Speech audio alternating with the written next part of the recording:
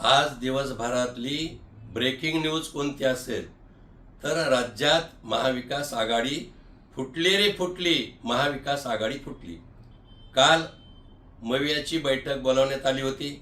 त्या बैठकीला शरदचंद्रजी पवार नाहीत, विजय वडेट्टीवार नाहीत, रोहित पवार सुद्धा नाहीत। आणि आश्चर्य म्हणजे एकूण विधान परिषद आणि विधानसभेचे 37 आमदारापैकी 23 आमदार बैठकीला आलेच नाहीत, मुंबईत असून। कारण पावसाळी अधिवेशन चालू आहे। सर्व आमदार मुंबईत असताना सुद्धा मवियाच्या बैठकीकडे त्यांनी पाठ फिरवली।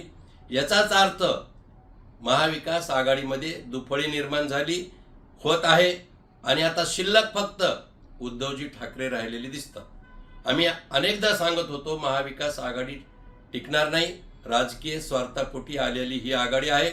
आज राज्यामध्ये महाविकास आघाडीमध्ये फूट पडताना दिसते आणि राष्ट्रीय पातळीवर सुद्धा इंडिया आघाडीचे शकल निश्चित पडतील, हे त्रिवादी सत्य आहे।